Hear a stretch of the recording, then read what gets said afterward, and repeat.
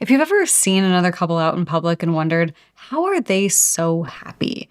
Or seen a couple that's been together for a long time and wondered, how are they still so connected and intimate after all of these years? You're not alone. A lot of people assume that couples who have satisfying sex lives are just lucky, or they're naturally more compatible, or that somehow they've just avoided the challenges that everyone faces in long-term relationships. But the truth is, sexual satisfaction in a long-term relationship is not random. It's not about luck. It's about behavior. It's about habits. And it's about what those couples choose to do and prioritize behind closed doors. And I want to reveal what's going on back there. I want to walk you through some of the research today that I think is so grounding, supportive, validating, and so hopeful, because it shows us that satisfying sex isn't just for a small group of people who have it all figured out. It's something that is built intentionally over time. So David Frederick and his colleagues surveyed nearly 40,000 cohabitating or married men and women who'd been together for at least 3 years. That's a very big sample size. And they weren't just looking at frequency of sex. So they were studying attitudes, behaviors, relational patterns to really understand what separates the couples who feel satisfied and connected from couples who feel disconnected and unhappy. And what they found is so fascinating. And I'm going to share that with you today. So the couples who were sexually satisfied didn't just feel differently about sex. They did things differently in their relationship. And the differences weren't very extreme or unrealistic. They were small, repeatable behaviors that compound over time. So I want to walk you through exactly what those couples did, because those patterns line up perfectly with what I see and teach every single day in my work with women and couples. And if you're feeling stuck, disconnected, or confused about why sex doesn't feel good anymore, I really want you to hear this, not as a list of things that you're doing wrong, but as an invitation to build something better in your relationship. Okay, so the first thing that sexually satisfied couples did differently was that they put effort into setting the mood before sex. This is such an underrated part of intimacy, and a lot of people expect desire to just like magically appear the moment their body initiates, as if our bodies are like light switches that just go from on to off and off to on instantly. But that's not how most women's bodies work, especially in long-term relationships. Now, setting the mood doesn't mean that there's this elaborate production or rose petals on the bed or something every single time. It means intentionally transitioning out of daily life and into intimacy. So it means creating an environment that signals safety, pleasure, and presence. So when couples take the time to slow down, dim the lights, put on music, take a shower together, or even just sit and talk for a little bit before they start touching each other, they're telling each other, this is special, this is important, this is worth preparing for. And when the mood is ignored, sex can feel abrupt or invasive and just, not special. It's just not special. And when the mood is prioritized, sex can feel really intentional. And the intention changes everything. Okay, so the second thing that these couples did differently was that they practiced good sexual communication. Communication is lubrication. And I want to pause here, because when people hear communication, they often think of like really awkward conversations or like performance reviews in the bedroom, but that's not what this looks like in practice. Really sexually satisfied couples talk about sex in many small ongoing ways. So they ask for what they want in the bedroom without any shame. They give feedback to their partner without criticizing their partner. They praise each other. They tell their partner what feels really good and what they enjoy. They ask questions during, like, hey, do you like this? Do you want more of that? And they're open to hearing the answer. Now, what's really interesting is that this communication doesn't just happen during sex, but these couples also flirt during the day. They send playful or spicy messages. They build anticipation through their words. They keep that erotic energy alive outside of the bedroom, which then makes it easier to access inside of the bedroom. When communication is missing, sex becomes this guessing game. And when communication is present, sex becomes collaborative. And collaboration is one of the biggest predictors of long-term satisfaction sexually in a relationship. So if you are liking this video so far, you're already getting value from it, go ahead and give it a thumbs up and subscribe.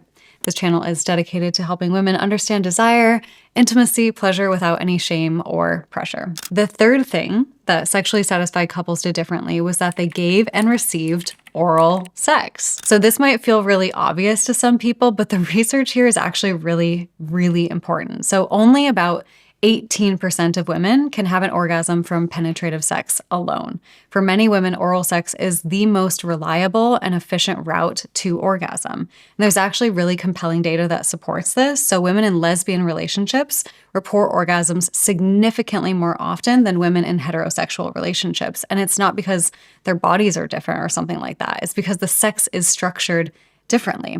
Lesbian sex tends to include more clitoral stimulation, more oral sex, more communication, and little to no penetration or making penetration the main event. When sex is organized around women's pleasure, of course, women are going to orgasm more, period. And then when women consistently experience pleasure, their desire increases, yay. And by the way, if you're a woman listening to this and realizing, I actually don't know what gives me pleasure in the bedroom, that is so common, it's so normal, and it's okay. And I've got a free quiz that is linked in the description box below that can help you identify what turns you on and where to start. The fourth thing that sexually satisfied couples did differently was that they switched things up. Sexual variety is one of the strongest antidotes to sexual boredom. Now, this doesn't mean that couples need to be constantly reinventing their sex life or doing extreme BDSM or kinky stuff, which is great and fun, and you totally can do that, but you don't have to. It just means that these couples are willing to introduce novelty in really small ways. So new positions, small variations, doing something different with the lighting, doing it in a different room, adding an eye mask, adding an ice cube, all of those things completely change the experience, and the brain responds very strongly to novelty. So when something feels new, it wakes up, attention and curiosity come online, more presence is there, and curiosity is also closely tied to pleasure.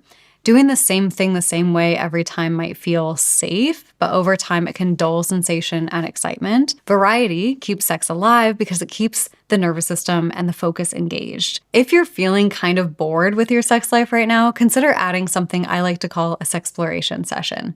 So this is just setting aside a specific time with your partner to only explore. There's no requirement for orgasm, no expectations that anything follows the specific order. There's breaks, there's pauses, there can be awkward moments, but really you're just following your curiosity and pleasure wherever it wants to go and trying things that you're curious about and just seeing, what does this button do? What does this do? And just throwing out whatever doesn't work. Just the vulnerability of trying new things can create so much more of a depth in your romance and intimacy. Okay, the fifth thing that these couples did differently was that they found the time and prioritized sex. So this is one of the hardest things I think for people to accept because everyone feels so busy. Like everyone has a lot going on.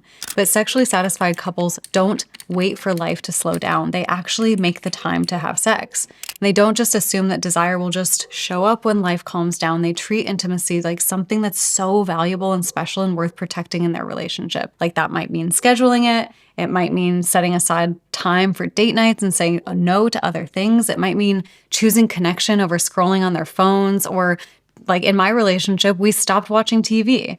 Like this is not about obligation. It's about, what do I value? And do I value connection and intimacy in my relationship more than I value numbing out to watch this show that has no relevance in my life whatsoever?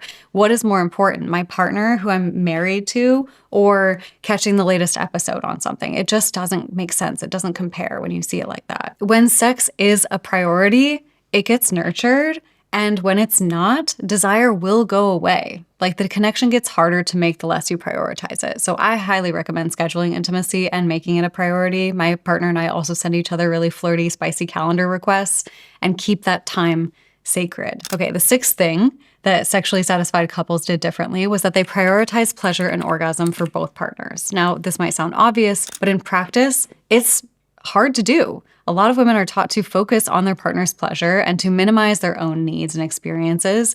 And in relationships, to work, the pleasure has to be mutual, and both partners need to be committed consistently to meeting each other's needs. So that means checking in, it means slowing down, it means adjusting when something isn't working, and then both partners committed to creating a shared pleasurable experience with each other. The seventh thing that couples did differently was that they kissed each other during sex and before sex. Now, again, it might sound small, but it's so significant. Women who kissed more were more likely to report orgasms. Couples who kissed more reported more frequent sex and more higher satisfaction.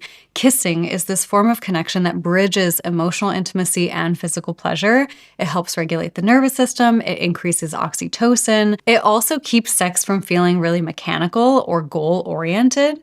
And when kissing disappears, sex feels a little bit more disconnected. But the more you kiss, the more relationship building moments you get, the more intimacy you get in sex. So the eighth thing that sexually satisfied couples had was a foundation of friendship and mutual respect. Now, this might be one of the most important things of all of them. And the couples that were studied that have great sex lives have emotional safety.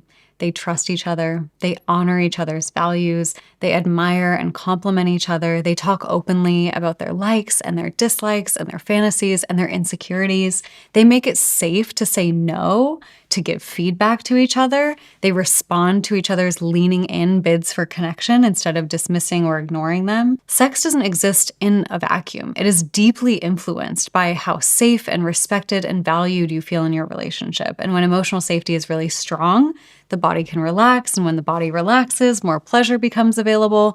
And if you're watching this and noticing that some of these patterns are missing in your relationship, I really just want to urge you to change them. Like, this is a place, all of these are places where repair and intention are important. So use this as an opportunity to share this video with your partner and talk about which of these things are missing and how you can add them back into your relationship. Sexually satisfying relationships are not built on perfection. Like, you don't need to do all of those things perfectly, but you do need to give effort, be curious, communicate, and really care. Like, great, fulfilling sexual relationships are built by people who are just willing to learn and adjust and keep leaning in and keep prioritizing it.